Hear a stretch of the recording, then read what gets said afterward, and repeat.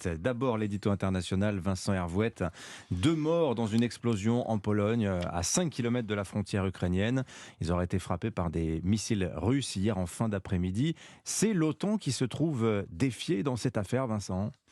Oui, les dirigeants occidentaux sont à Bali, ils ont réagi avec une extrême prudence et halte au feu, on dirait vraiment qu'il y a un loup. Joe Biden promet une enquête pour déterminer ce qui s'est passé. Le commissaire Biden juge improbable que le missile russe ait été tiré de Russie. À vrai dire, il y a une telle concentration de moyens de renseignement, notamment aériens, que personne ne peut lancer un pétard dans la zone sans se faire remarquer. Et les missiles russes sont un peu comme les Kalachnikov en banlieue, on en trouve partout, notamment en Biélorussie ou en Ukraine, évidemment. Et c'est pour ça que les conseillers d'Emmanuel Macron, la nuit dernière, soulignaient qu'identifier le missile ne veut pas dire identifier le tireur. Bref, les Occidentaux sont debout sur les freins. Ils veulent savoir d'où le tir est parti, peut-être le savent-ils déjà, si le tir a été délibéré, si l'engin s'est égaré, s'il a été dévié par la défense ukrainienne, si c'est la défense ukrainienne tout simplement.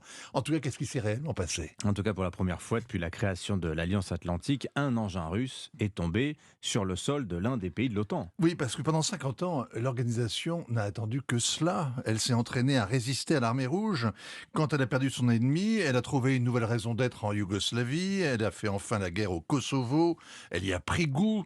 Elle a continué en Afghanistan, en Irak, en Méditerranée. Mais bon, l'Alliance gardait l'œil sur le Kremlin. Et même si un tracteur et 2 paysans polonais ne font pas un objectif militaire, ça fait 70 ans que l'OTAN se prépare à défendre chaque centimètre carré de son territoire contre les empiètements de Moscou. Chaque centimètre carré, c'est l'expression de Joe Biden, que répètent encore les dirigeants polonais qui ont l'habitude que l'ours russe leur marche sur les pieds, leur arrache le cœur, déplace les frontières, liquide leurs élites. Alors la Pologne sait que le pire peut arriver quand on se retrouve seul. Et hier soir, à Varsovie, c'était le branle-bas de combat, réunion de crise, état d'alerte, etc.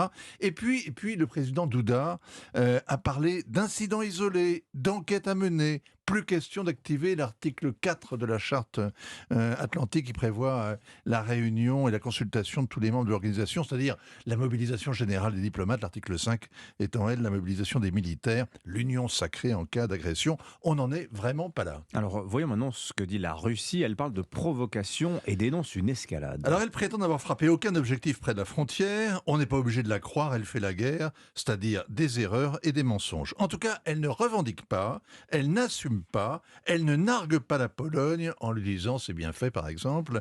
En réalité, il y a une évidence politique, c'est que ce bombardement tombe mal.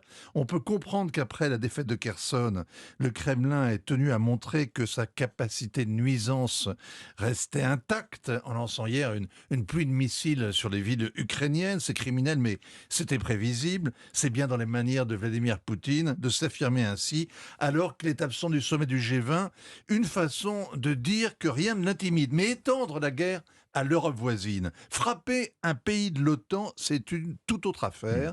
C'est comme jeter un parpaing sur le cocktail donné à Bali à ses amis, les Chinois, les Indiens, les BRICS, les non-alignés. En tout cas, au G20, personne non plus ne souhaite l'escalade. C'est même le contraire. On cherche à sortir. Les Occidentaux rechignent à livrer de l'artillerie plus puissante aux Ukrainiens qui n'hésiteraient pas à bombarder la Crimée. La Troisième Guerre mondiale ne fait pas peur à Volodymyr Zelensky. Il l'appelle de ses voeux. Les Américains refusent de s'y laisser entraîner. Ils ont une autre priorité, c'est le duel avec Pékin. Alors dans l'affaire ukrainienne, ils ont renoué le dialogue avec le Kremlin. Le chef de la CIA et son homologue russe se sont vus discrètement ce week-end en Turquie.